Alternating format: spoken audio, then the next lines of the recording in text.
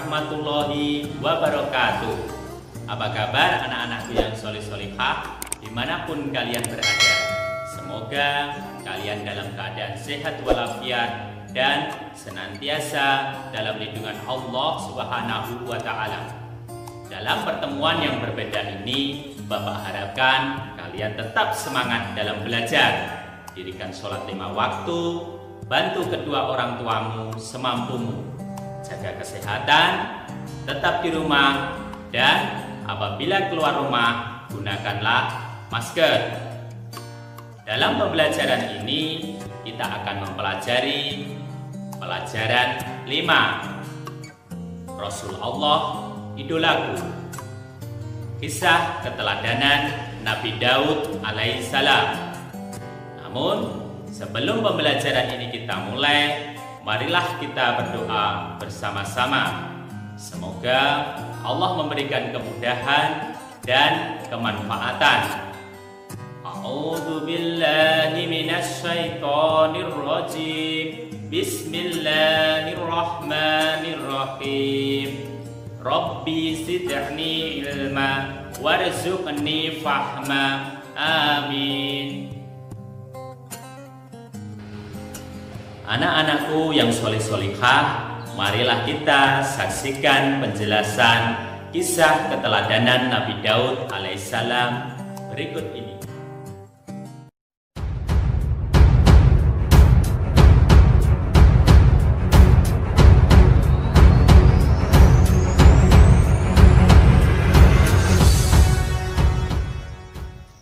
Pelajaran 5. Rasul Allah, idolaku. A.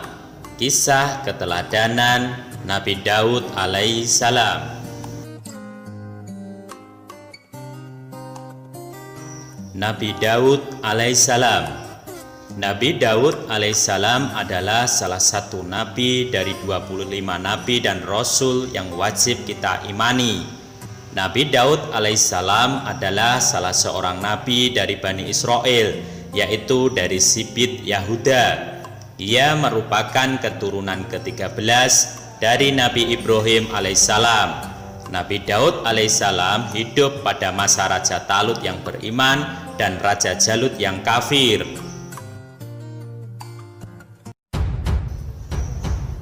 Ketika terjadi peperangan antara pasukan Raja Talut dengan pasukan Raja Jalut, yang akhirnya atas izin Allah Subhanahu wa Ta'ala peperangan dimenangkan oleh pasukan Raja Talut. Nabi Daud alaihissalam adalah salah seorang bala tentara dari Raja Talut yang dapat membunuh Raja Jalut. Suatu ketika sesudah Talut wafat, Nabi Daud alaihissalam diangkat menjadi raja. Keistimewaan Nabi Daud alaihissalam.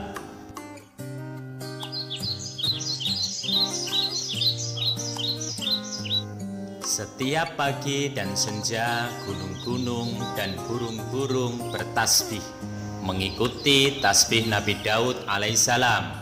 Selain itu, kerajaannya yang kuat belum pernah sekalipun terkalahkan.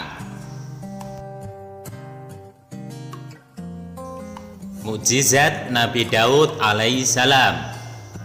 Di antara mukjizat Nabi Daud alaihissalam diantaranya adalah Allah mewahyukan kitab suci Zabur kepadanya.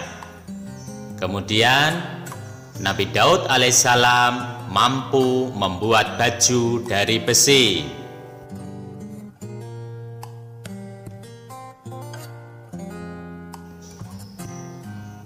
Kitab suci Zabur.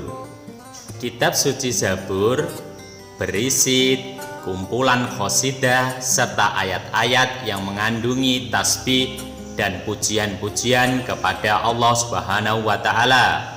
Di dalamnya juga terdapat kisah tentang umat-umat terdahulu, berita tentang nabi yang akan datang, termasuk berita datangnya Nabi Muhammad SAW.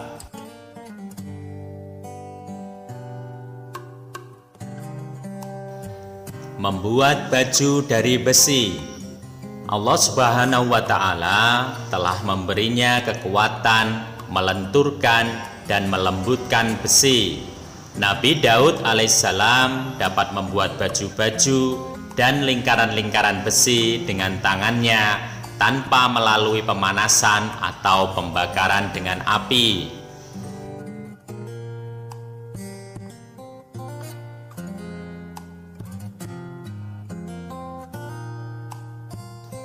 Nah, anak-anakku yang solih-solihah, pelajaran yang dapat kita petik dari kisah keteladanan Nabi Daud alaihissalam diantaranya, Nabi Daud alaihissalam menerima wahyu kitab suci Zabur.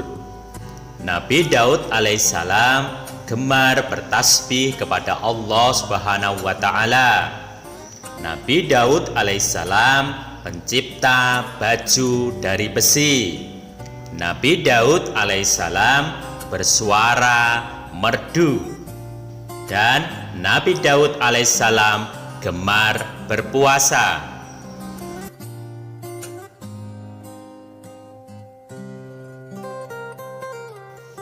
Sikapku, insya Allah aku selalu bertasbih kepada Allah Subhanahu wa Ta'ala.